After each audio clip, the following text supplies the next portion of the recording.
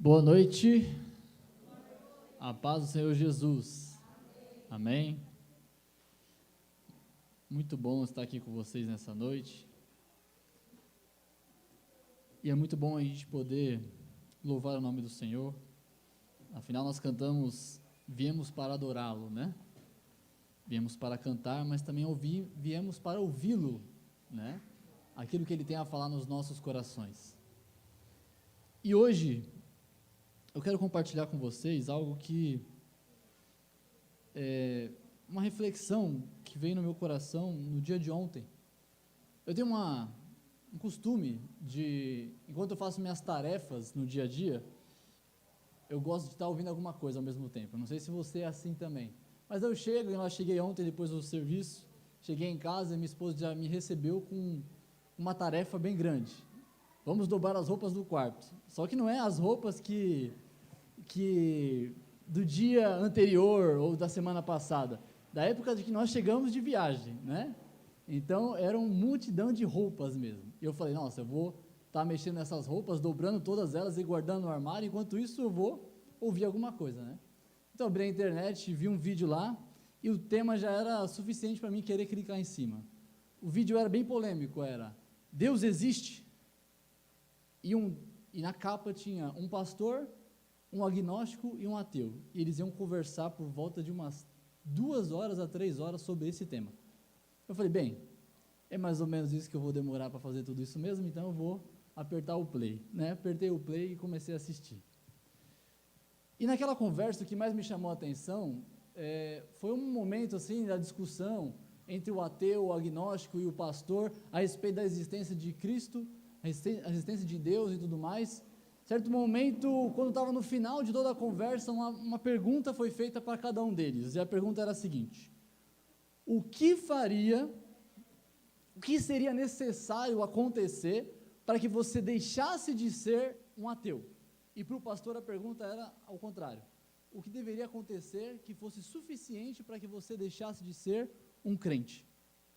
E ali, né, meus olhos se esbugalharam naquele momento, e eu queria ouvir a resposta. O ateu falou algo parecido do tipo, se Deus se aparecesse, desse para a gente estudá-lo, não de uma forma que ele aparecesse e fosse embora, mas se aparecesse e ficasse para a gente estudar. O agnóstico falou assim, eu tinha que ter algum sentimento que me levasse para Deus, uma vontade para me levar a Deus, e claro, eles estavam numa mesa com um monte de balas, ele falou assim, se essas balas subissem de uma forma tremenda, e caíssem e escrevessem assim, eu existo, talvez eu acreditasse, né? Esse tipo de coisa que ateu normalmente diz, né? E aí chegou a vez do pastor, e o pastor disse o seguinte, um pastor que eu tenho muito respeito e gosto muito, e por isso que eu cliquei no vídeo, ele disse o seguinte, bem, se, para mim deixar de ser crente, se o Novo Testamento fosse refutado como histórico, deixasse de ser histórico como eu acredito, então a minha fé seria grandemente abalada. Em outras palavras, o que ele está dizendo se aquilo que está registrado no Novo Testamento fosse tirado, fosse provado que não foi o que aconteceu de verdade, a fé dele seria abalada, talvez ele até perderia a fé.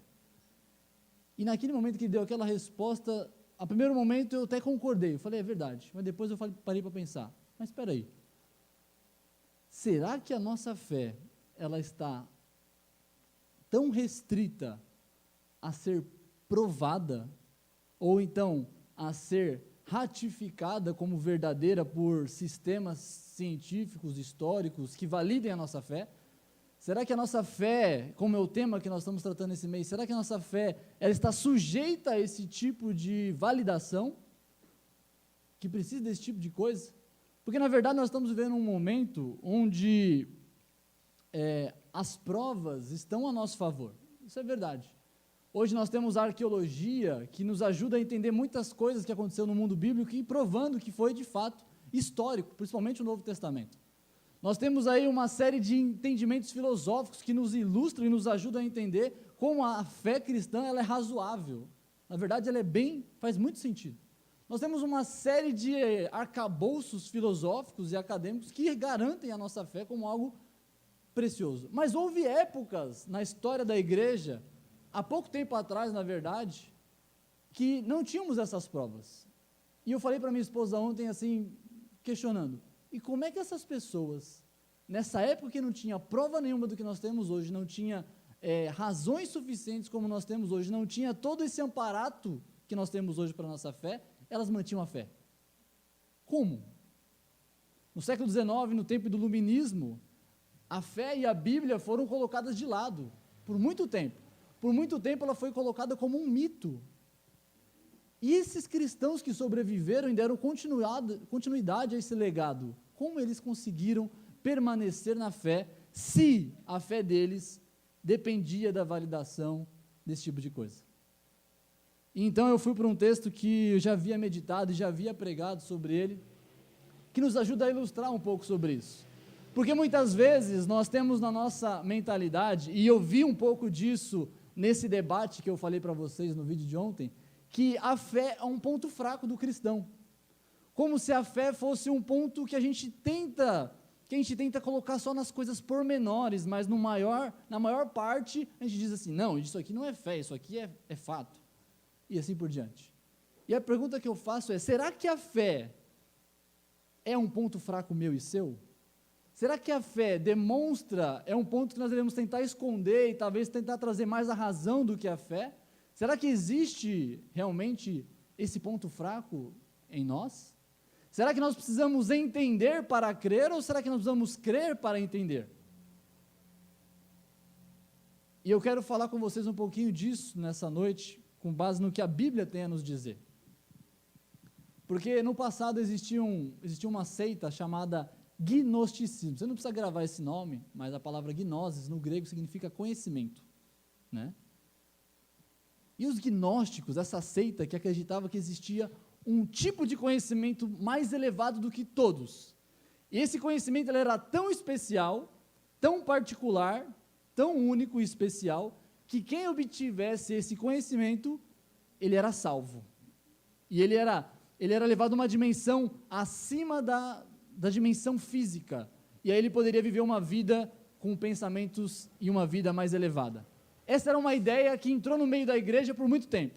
No final do primeiro século e principalmente no segundo século, foi algo que foi veemente combatido pelos pais da igreja, porque ela infiltrou dentro da igreja e muitos cristãos começaram a pensar nisso, achando que para serem salvos eles precisavam ter algo especial, algo que fosse acima do que a fé, algo que fosse um conhecimento. E hoje em dia nós temos esse neognosticismo, esse novo gnosticismo entrando no meio da igreja. E eu fico preocupado com isso. Porque, na verdade, a gente deve ter a razão faz parte disso. Eu fico muito feliz que isso tem se desenvolvido muito na nossa geração. Fico feliz de nós termos um seminário teológico aqui na nossa igreja. Fico feliz de muitos irmãos, cada vez mais a igreja se engajando em temas acadêmicos e que levem a fé a um nível mais compreensível, de forma humana e racional. Mas será que é só isso que a nossa fé precisa? Será que é só a razão? Será que é só o rigor acadêmico que nós precisamos? Ou será que existe algo mais importante, que nós precisamos começar a ter mais, vamos dizer assim, mais afeto e mais, como posso dizer, orgulho de ter, que é a chamada fé. E eu quero falar com vocês disso a partir do texto do Evangelho de João, no capítulo de número 3. O texto do Evangelho de João foi escrito pelo apóstolo João, e ele tinha um princípio, na verdade um propósito com a escrita. O propósito dele era refutar o gnosticismo que estava entrando na igreja. E para isso ele conta uma história que ele viveu junto quando ele observava Jesus de perto. A história do diálogo entre Jesus e Nicodemos. Abra sua Bíblia em João, no capítulo de número 3. Eu quero ler essa história com você, para que nós venhamos refletir sobre esse princípio. João, capítulo de número 3. Quem achou, diga amém. Não vou nem falar outra parte, porque todo mundo achou, parece, né? Então vamos lá. Versículo de número 1 diz assim: E havia entre os fariseus um homem chamado Nicodemos, príncipe dos judeus. Esse foi ter de noite com Jesus e disse-lhe: Rabi, bem sabemos que és mestre vindo de Deus, porque ninguém pode fazer estes sinais que tu fazes, se Deus não estiver com ele. Versículo 3. Jesus respondendo e disse-lhe: na verdade te digo, que aquele que não nascer de novo, não pode ver o reino de Deus. Disse-lhe Nicodemos: como pode um homem nascer sendo velho? Porventura pode tornar a entrar no ventre de sua mãe e nascer? E Jesus respondeu: na verdade te digo, que aquele que não nascer da água e do Espírito, não pode entrar no reino de Deus. O que é nascido da carne é carne, e o que é nascido do Espírito é Espírito. Não te maravilhes de ter dito: necessário vos é nascer de novo. O vento assopra onde quer, e ouves a sua voz, mas não sabe de onde vem, nem para onde vai. Assim é todo aquele que é nascido do Espírito. 9. Nicodemos respondeu e disse-lhe: como pode ser isso? Jesus respondeu e disse-lhe: tu és mestre e não sabe essas coisas?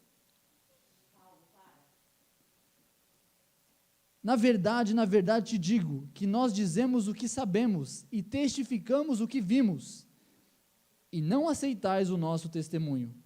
Se vos falei de coisas terrenas, e não crestes, como crereis se vos falar de coisas celestiais? Ora, ninguém subiu ao céu, senão o que desceu do céu, o Filho do homem que está no céu.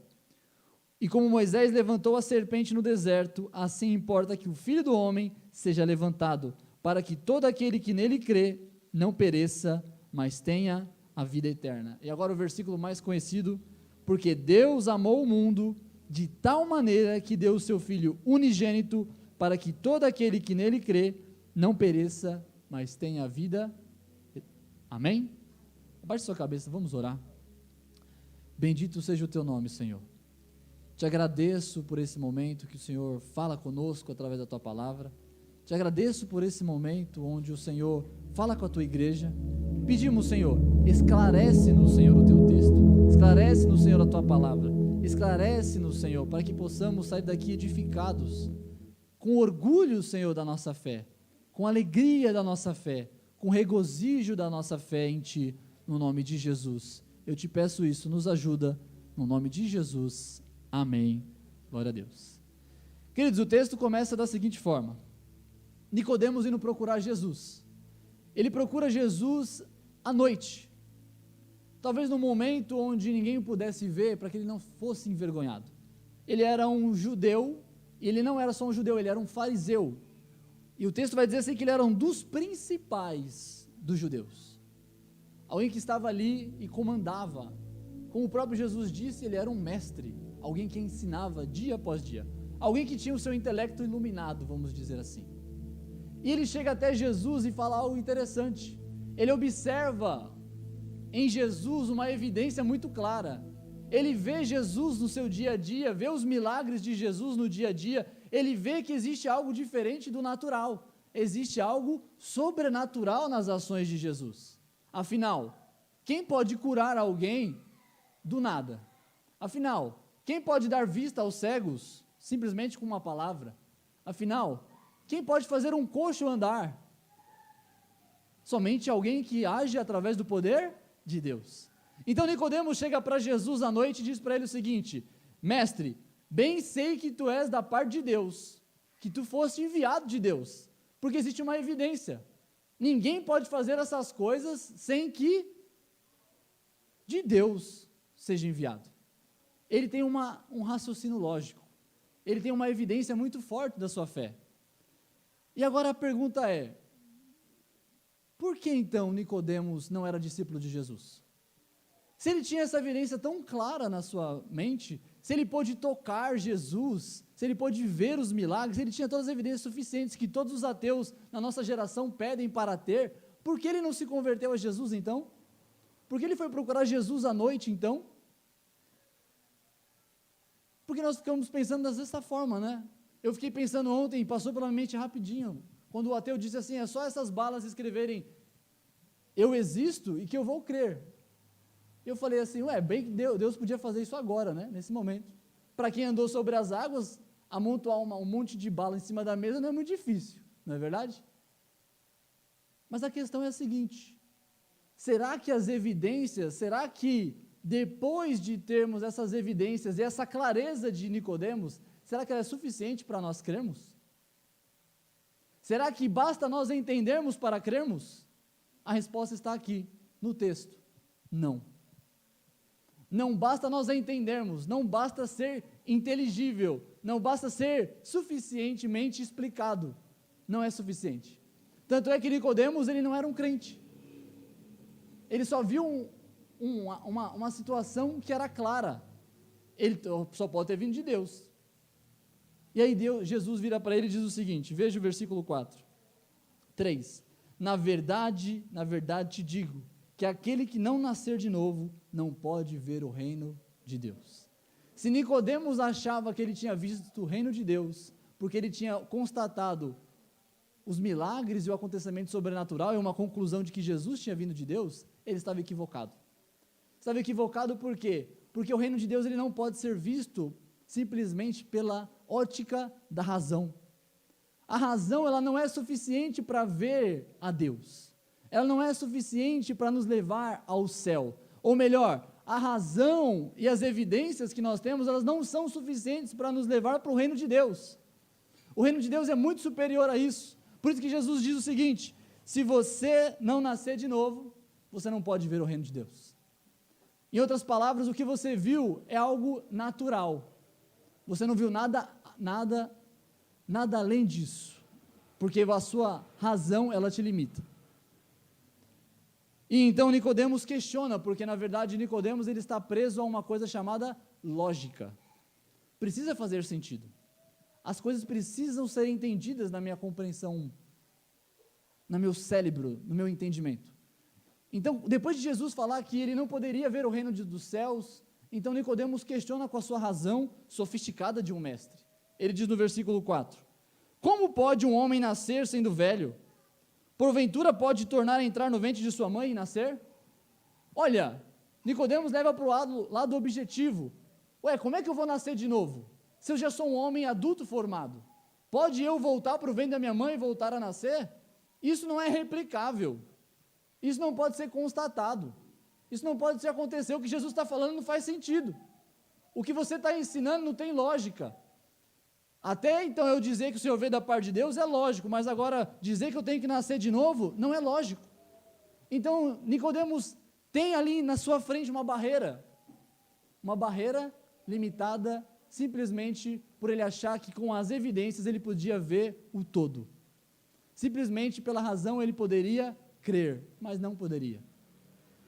Então Jesus o admoesta e explica melhor a situação, porque mais do que entender para crer, nós precisamos entender o valor da fé. A fé, ela não é uma consequência das nossas compreensões de mundo. Nós não cremos em Deus e em Cristo Jesus como nosso Salvador, porque nós somos mais inteligentes. Nós não cremos e nós não amamos a Deus simplesmente porque nós somos mais intelectuais, porque nós sabemos mais das coisas do que a maioria da população. Na verdade, existe até o contrário muitas vezes. Veja só, a Bíblia vai dizer assim que Jesus deu uma admoestação muito forte contra a igreja, algumas igrejas no Apocalipse, em especial uma chamada igreja de Éfeso, a igreja mais intelectualizada da Ásia Menor.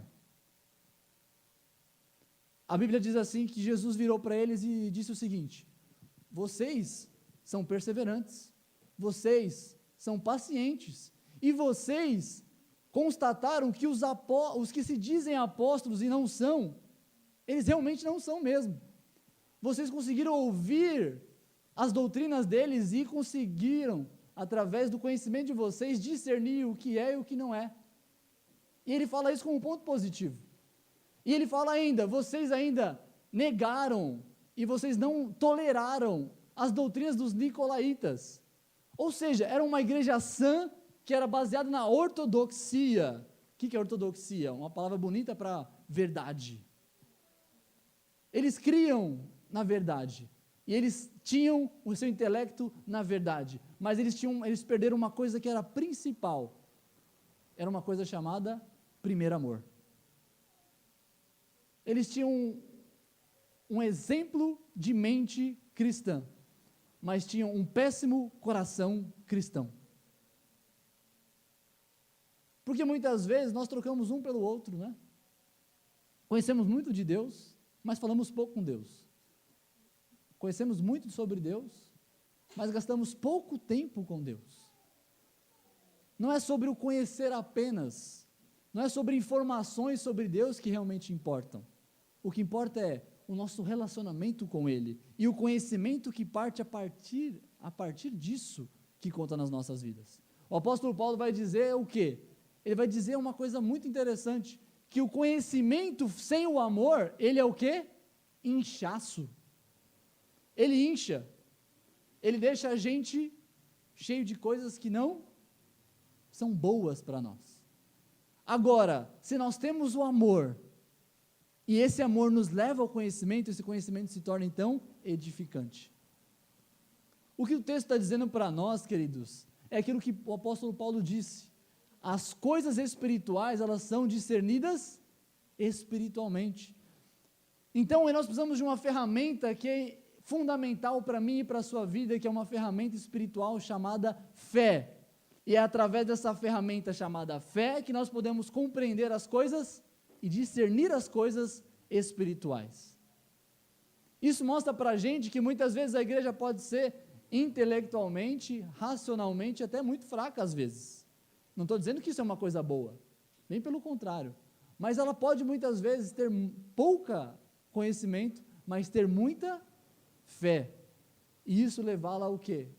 A ser uma igreja que faz o que deve ser feito, que é o quê? Amar a Deus sobre todas as coisas, e cada conhecimento que é acrescentado nessa igreja é levado como o quê? Como uma edificação dia após dia. Agora, por outro lado, se nós trocarmos um pelo outro, nós tornamos uma igreja inchada, cheia de intelectuais, cheia de pessoas que pensam com grandes cabeças, mas com corações murchos e apodrecidos. O que Jesus vira para Nicodemos e diz é o seguinte, ele diz,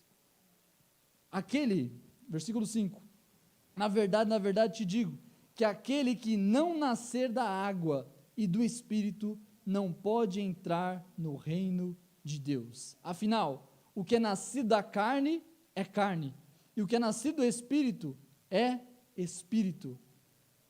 Não te maravilheis de ter dito isso, necessário vos é nascer de novo.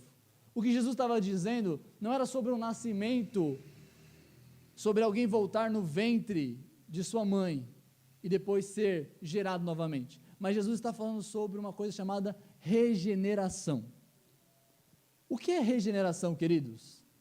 Regeneração vem de voltar, e a outra parte é nascer de novo. Regeneração é nascer de novo, só que como? Como algo que volta à sua essência.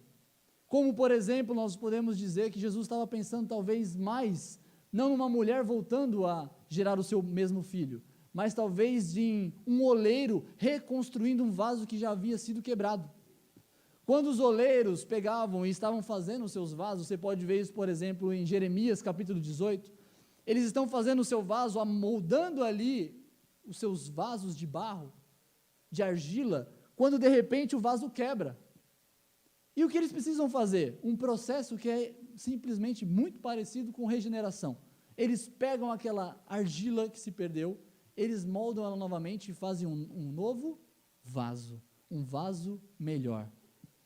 O que ele está dizendo é que para poder entender as coisas do reino de Deus, Nicodemos precisava ter mais do que uma racionalidade, ele precisava ser feito novamente. Ele precisava ter acesso à vida eterna. Ele precisava primeiro ser inserido no reino de Deus, para depois entender o reino de Deus. Ele precisava primeiro fazer parte do reino de Deus, para depois entender o reino de Deus. É isso que acontece muitas vezes. Quando nós tentamos ensinar para alguém que não é da fé, as coisas da fé se torna muito difícil. Já tentou fazer isso? Não é verdade? Tenta ensinar para a fé. Fale para um ateu, por exemplo, que faz sentido Jesus morrer na cruz. Ele vai falar assim, que isso? Isso não faz sentido nenhum. Como que um Deus todo-poderoso iria se entregar para morrer numa cruz em humilhação? Por que ele morreria? Por que ele faria esse processo todo? Por que ele não faria todo diferente? Agora, para nós que somos da fé e entendemos a fé e participamos de dentro da fé, nós olhamos para tudo isso e falamos assim, essa é a melhor de todas as sabedorias. Em outras palavras, é o que o apóstolo Paulo disse. O evangelho para o mundo é loucura, mas para nós que cremos, é o poder de Deus. Essa é a grande questão. Nós precisamos entrar no reino para depois entender o reino. Não dá para entender, porque ele se discerne espiritualmente. Não se explica para o carnal coisa espiritual. Não se explica para a cabeça, para a mente, o que é espiritual, porque nos falta um sentido. E o sentido que nós precisamos ter na nossa mente se parece muito com o servo de Eliseu. Eliseu estava ali encurralado pelos soldados que vieram lhe tirar a força para prestar contas ao rei. E ali, quando de repente aparecem aqueles soldados, o servo de Eliseu, estava só eles dois na casa, ele abre a porta e vê aquela multidão de soldados armados, pronto para entrar, invadir e quebrar o pau, vamos dizer assim. Ali, Elias fala assim, não temas, maior é o que está conosco do que os que estão com ele. Naquele momento ele olha e fala assim, isso aqui é loucura, esse Eliseu precisa dar um beliscão nele, não é possível, ele precisa voltar para a realidade. Olha isso aqui, ó. É evidente que eles são em maior número que nós. Ele não sabe fazer conta? 1, 2, 50. E aí? E aí ele pegou, e quando ele estava talvez pronto para dar um beliscão em Eliseu, Eliseu clama a Deus, falando assim, Deus, por favor, abre os olhos desse menino. E quando ele abre os olhos, o texto fala para nós que ele viu ali um mundo espiritual. Ele viu os anjos acampados ao redor dele. Este sexto sentido que não está disponível para aqueles que são nascidos da carne, está disponível para mim e para você quando nós somos parte do reino. Quando nós temos a maior ferramenta das nossas vidas, que é uma coisa chamada fé. A fé não é um calcanhar de Aquiles do cristão, pelo contrário, a fé é dita como um escudo para mim e para você batalharmos. É o escudo da fé que nos leva para a batalha, nos proteger das armadilhas que vêm contra nós. Ela é um escudo de guerra, não é um escudo simplesmente para nós escondermos debaixo das cadeiras da igreja, quando uma coisa difícil demais para a gente acontece. A fé é uma arma de combate, é uma arma para ser exposta na frente da minha, da sua vida e também daquelas questões que nos rodeiam. Quando nós entendemos esse princípio das nossas vidas, nós paramos de tentar entender as coisas simplesmente pela ordem natural e começamos a entender que existe dentro da fé cristã algo muito mais surpreendente que nos libera a mente para ver uma coisa muito maior do que nós mesmos, do que a nossa própria capacidade de raciocínio. E quando nós, igreja, entendemos isso, a razão está a nosso favor, sempre está, sempre esteve, afinal o Deus que criou a razão é o Deus que nos criou. Mas a fé é algo que o mundo não tem. O Espírito Santo é algo que o mundo não tem e não vai ser dado para ele. A partir do momento que nós recebemos essa arma da fé, essa arma que é a fé, gerada pelo Espírito Santo, que nos convence do pecado, da justiça e do juízo, então nós começamos a entender o mundo espiritual, começamos em sim a discernir as coisas espiritualmente, paramos de tentar voltar para o ventre da nossa mãe, mas nos entendemos como aqueles que são vasos quebrados, vasos estilhaçados em várias áreas da nossa vida, que precisam ser ajuntados, entregados a Cristo e falar, eis aqui as minhas dificuldades e limitações, me ajuda, me regenera para que eu possa entender e possa saber viver como um cristão. Quando nós entendemos isso de fato, nós vamos mudar nossa cabeça de tentar entender tudo da norma lógica, simplesmente. E então nós vamos entender o que Cristo fala. No versículo 7 ele diz algo sobre o vento. O vento é dito, por exemplo, no livro de Eclesiastes, como algo que nós não podemos entender. Ele ainda, além de citar o vento, o pregador do livro de Eclesiastes, ele diz assim, que no ventre da mãe, não pode se entender como são formados ossos. Assim é o agir de Deus, ele diz. O agir de Deus, ele é invisível aos nossos olhos. assim como não sabemos para onde o vento vai, assim como não sabemos o caminho que ele percorre, assim como não sabemos também como os ossos, naquela época eles não entendiam como os ossos são criados dentro do ventre da mãe, assim é o agir de Deus para os olhos daqueles que são carnais. Por isso que é necessário, mais do que entender para crer, é necessário a ordem inversa, o crer para entender. E é nesse sentido que então nós olhamos para o vento e não sabendo muito bem as suas direções, então nós entendemos que o agir de Deus é dessa forma, invisível aos olhos humanos, mas compreensível para os olhos da fé. Compreensível para os olhos da fé. É esses os nossos olhos que precisam ser abertos. Os olhos da fé, para que eu e você possamos entender e viver uma razão, sim, mas uma razão mais do que humana, uma razão espiritual, uma razão de edificação, uma razão de ascensão do cristão. Nossa fé não está em xeque em nenhum momento. A nossa fé é a verdade que o mundo não pode ver, não pode compreender. É por isso que o Evangelho de Deus não é convencer os outros, é pregar para os outros. Convencer a obra do Espírito. Não cabe a mim e a você termos argumentos suficientes. Eu vi no final daquele vídeo a tristeza, e eu sentiria a mesma tristeza no final de um debate, onde as pessoas que te ouviram não te entenderam, não te compreenderam direito, e talvez não acharam que foi inteligente o suficiente o que você diz.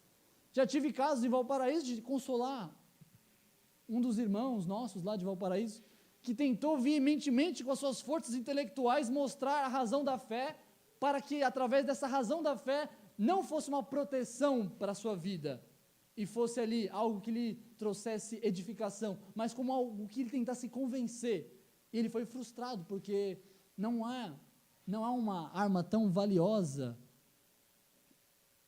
que venha e saia de mim e de você, é somente o Espírito Santo que convence. Somente o Espírito Santo que convence. E é por isso que o versículo 8 diz: o vento assopra onde quer, e ouves a sua voz, mas não sabe de onde vem, nem para onde vai. Assim é todo aquele que é nascido do Espírito. 9. Nicodemos ainda insistia, e respondeu e disse: como pode ser isso? E o tema da mensagem, eu não falei no começo, mas falo agora. És mestre e não sabes isso? Quantos de nós, conhecedores da palavra, doutores talvez, mestres, bacharéis, doutores da teologia e assim por diante, ou da nossa vida prática, ou de tanto tempo na fé, achamos que sabemos tudo. Isso é natural. A gente tem essa soberba muitas vezes no nosso coração. E nós achamos que sabemos tudo. E Jesus confronta aquele mestre com uma pergunta muito incrível. Você ensina isso há anos. Você fala isso nas sinagogas há tempos. Você faz discípulos e ensina nas escolas rabínicas e farisaicas, melhor dizendo. Há tempos que você ensina sobre o reino de Deus e você não sabe essas coisas. A pergunta é: será que nós estamos tanto tempo na igreja, aprendendo e sabendo de muita coisa, mas sabendo simplesmente pelo viés objetivo e não espiritual? Será que somos mestres em, como diz o meu professor, agora, posso dizer isso, o meu professor, em busca da veracidade histórica da Bíblia Sagrada, Evidências, em busca da veracidade histórica da Bíblia Sagrada. Como se a gente tivesse todos os amuletos suficientes para a gente explicar tudo isso. Não estou dizendo que isso não é importante, na verdade é muito importante, mas que a nossa entrada no reino de Deus não depende disso. Ela depende de algo superior, que só pode ser entendido pela fé. Ele diz: tu és mestre e não sabe essas coisas? Eu e você precisamos nos questionar de vez em quando. Será que se hoje caísse algumas das suas teses que você tem a respeito dessas coisas objetivas que eu digo, será que a sua fé cairia junto? Será que a sua fé ela é um fundamento alicerçado sobre outros fundamentos, como eu disse daquele pastor sobre algo, a historicidade do Novo Testamento, por exemplo. Eu creio na historicidade do Novo Testamento, não tenho dúvida de que isso é real, histórico. Mas, será que se caísse alguma das suas ideologias, talvez doutrinas, será que a sua fé cairia junto? Será que se a grande tribulação vier primeiro, Luiz, será que a sua fé cai? Né? Será que se não for o calvinismo a melhor interpretação bíblica, será que a minha fé cai? Será que... o quê? Onde nossa fé? Será que nós somos mestre em um monte de coisa, menos na fé? Há uma área de especialização que nós precisamos focar melhor, a área da fé. Colocarmos maior atenção a cremos, e a fé não é algo cego, a Bíblia nunca diz como algo cego. Ela diz que ela interpreta e revela aquilo que não se pode ver. Foi pregado esses dias aqui. A fé é o firme fundamento das coisas que não se podem. É verdade, não se pode ver. Mas se sabe. Essa é uma grande diferença. Não se vê porque ela é acima do que os olhos podem ver. Mas ela é mais real do que até muitas coisas que nós vemos. Por isso que nós precisamos criar os nossos mestrados em cima da fé. Jesus respondeu e disse: tu és mestre e não sabes dessas coisas? Na verdade te digo que nós dizemos o que sabemos e testificamos o que vimos, e não aceitais o nosso testemunho. Mesmo que ele explicasse da forma óbvia, ainda assim não seria suficiente. Se vos falei de coisas terrenas e não crestes, como crereis se vos falar das celestiais? Se nem Jesus, vamos dizer assim, desenhando para Nicodemos, ele cria, era suficiente para ele crer, o que mais poderia, que outro recurso poderia ser?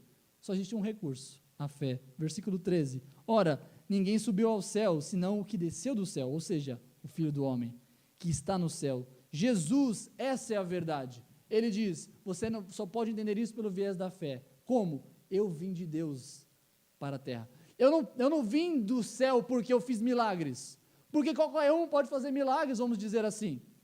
Há muitas evidências de que os magos de Faraó fizeram milagres. Leia o texto com atenção. Se simplesmente a fé de Nicodemos estivesse baseada naquilo que ele pôde ver e testar e comprovar, ele teria que dizer também que os magos do Egito foram também enviados dos céus. E Jesus fala assim, não é isso. Para você entender o reino dos céus, você precisa entender que eu vim, porque eu disse que vim. E isso é suficiente. Porque a palavra de Deus diz que o Messias viria do céu. E se ela disse, está dito. Não é porque eu fiz milagres, não é porque eu fiz o sobrenatural. Porque, queridos, se nós basearmos simplesmente naquilo que vemos, como aqueles ateus que eu disse no princípio, e volto a reforçar isso, nós vamos ser enganados principalmente pelo anticristo, que vai vir fazendo prodígios e maravilhas. Será que vamos ser como Nicodemos? Ninguém pode fazer isso se não vier do céu. Vamos adorá-lo. É um cuidado que devemos ter. Não são essas evidências que devem fomentar nossa fé. A nossa fé deve ver as evidências que a palavra de Deus nos revela. E então o texto continua e finaliza com o que é essencial para a nossa fé. E é o que a minha e a sua fé precisa estar baseado. Que é o que Jesus revela aqui. Ora, é como Moisés que levantou a serpente no deserto, assim importa que o Filho do Homem seja levantado, para que todo aquele que nele crê não pereça, mas tenha vida eterna. Jesus finaliza com uma coisa simples que nós ouvimos sempre, mas precisamos entender cada vez mais. A razão da nossa fé, a razão da nossa confiança em Cristo, a razão que nos leva a sermos filhos de Deus, que aqueles homens não puderam crer, e muitos não creem, essa razão suficiente é que Deus enviou seu Filho amado para um mundo que não o merecia e se entregou para uma morte, para que pessoas que se rebelaram contra Deus, assim como o povo se rebelou no Egito contra as manifestações e sobre até o próprio livramento de Deus, e eles se rebelaram tanto e reclamaram tanto do maná, que Deus enviou cobras para os picar. E depois de Moisés interceder diante de Deus, o que Deus fez foi, Moisés, levante uma serpente de bronze, e todos aqueles que olharem para ela serão curados do veneno da serpente. E Jesus fala assim: assim como aquela serpente foi levantada no deserto para manter a vida daqueles que pereciam, que eram rebeldes contra tudo que eu fiz, que eram rebeldes contra as minhas próprias providências de salvação contra eles, para que eles possam olhar para mim e possam ser salvos, possam ser livrados, e mais do que livrados da morte, eles possam ter uma coisa chamada vida eterna.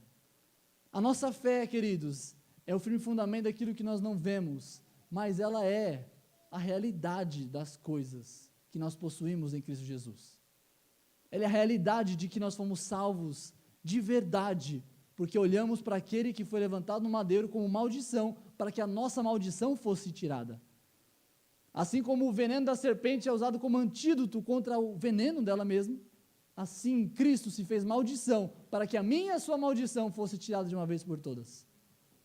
E então ele diz: porque Deus amou o mundo de tal maneira que enviou o seu Filho unigênito, para que eu e você, crendo, pudéssemos ter vida e vida com abundância, vida e vida eterna. A fé, querido, crer em Cristo Jesus é a nossa maior arma, não só para nos proteger das artimanhas que vêm contra nós, mas é nosso maior instrumento, nossa maior dádiva, para também dizermos assim, que pela fé gerada por Espírito Santo dentro de nós, nós somos filhos amados de Deus, e podemos compreender coisas que nós não podíamos compreender antes, que podemos discernir coisas que nós não discerníamos antes, para podermos viver coisas que nós não vivíamos antes também, porque essa fé gerada em nós, nos trouxe salvação, por meio de Cristo nosso Senhor. Amém? Eu quero com isso que nós entendamos isso, entendamos que a fé é algo precioso para mim e para a sua vida, é algo mais precioso do que defender a fé. É importante defender a fé. Eu sou professor de teologia, seria um tiro no pé falar que não é. Mas a fé é o nosso firme fundamento. Nada pode substituir esse fundamento. Fundamento de Deus, que nos mantém de pé, firmes, para recebermos aquilo que nós não tínhamos condição de receber, a graça de Deus. Amém? Abaixe sua cabeça, vamos orar no nome de Jesus. Bendito seja o teu nome, Senhor. Eu te agradeço porque o Senhor nos revelou essa fé. Eu te agradeço porque o Senhor nos delegou uma dádiva, Pai, um sexto sentido, para discernirmos coisas, Pai, incompreensíveis a nosso coração e a nossa mente e a nossa criatividade. Que o Senhor nos deu algo, Pai, maior do que nós podemos compreender, é verdade. Que nós temos uma mente limitada, que nós temos uma criatividade limitada, que nós precisamos da Tua ajuda para entender as coisas que são Suas. Mas, Senhor, no nome de Jesus, nos abençoa com essa graça, para que, pela essa fé, possamos sim, Pai, crescer na graça e no conhecimento do Senhor. Possamos sim crescer no conhecimento e podemos, Senhor, dar razão a essa fé, sim, mas primeiro pela fé, para podermos depois razoar sobre isso, Senhor, no nome de Jesus. Nos coloca nesse reino, para que possamos participar desse reino, Pai, e desfrutar desse reino, e compreendemos esse reino pela fé, Senhor, no nome de Jesus. Não nos deixe, Senhor, esconder a fé, Pai, como se fosse uma fraqueza do nosso ser, mas pelo contrário, nos ajuda, Senhor, a levantar como um escudo, Pai, dizendo: o Senhor é por nós, quem será contra nós? Oh, Pai, no nome de Jesus, ensina nós, como igreja, a levantarmos essa bandeira, Pai, a bandeira da fé, a fé que o Senhor nos deu, que é dom do Senhor, que não é mérito nosso, no nome de Jesus, amém, glória a Deus, amém? Que Deus abençoe você, no nome de Jesus.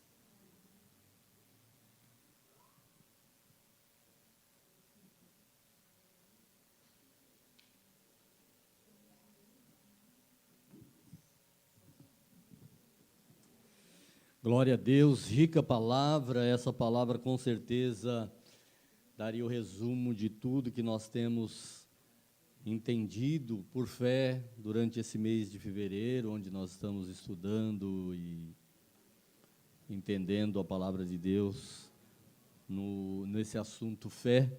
Daria para encerrar o mês aqui com tanta propriedade a respeito de fé, mas eu creio que Deus ainda tem algumas coisas para acrescentarem, né?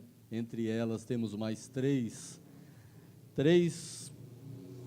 pregações sobre fé até encerrar esse mês, e eu te convido a estar domingo aqui, para que nós possamos estar entendendo um pouco mais a respeito de fé, fé prática, fé de ver também, né, depois de estarmos inseridos dentro do contexto tão forte, tão admirável, tão gostoso.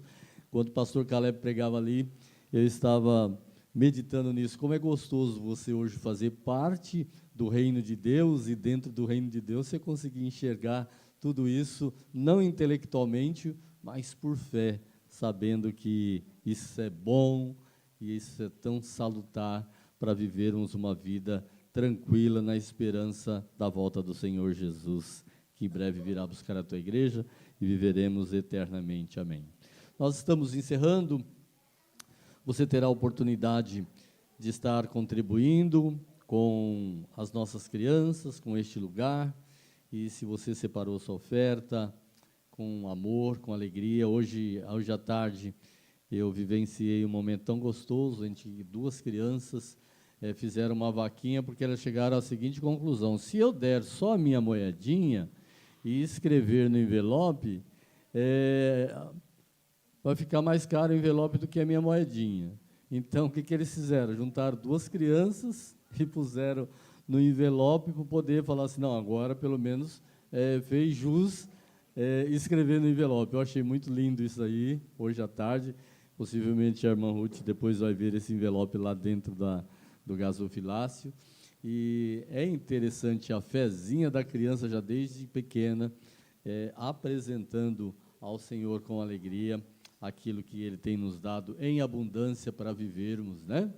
Por isso, nós agradecemos por tudo isso. Gostaria de convidar meu outro filho, você que talvez não conhece mais o pastor Caleb, gostaria de convidar meu outro filho que está aqui hoje, dificilmente ele pode estar aqui no culto conosco, ele faz parte da comunidade evangélica Paz e Bênção, lá do Parque do Carmo, e hoje ele está na comunidade evangélica Paz e Bênção do Aricanduva, e ele vai estar orando enquanto nós vamos estar ofertando com alegria. Amém?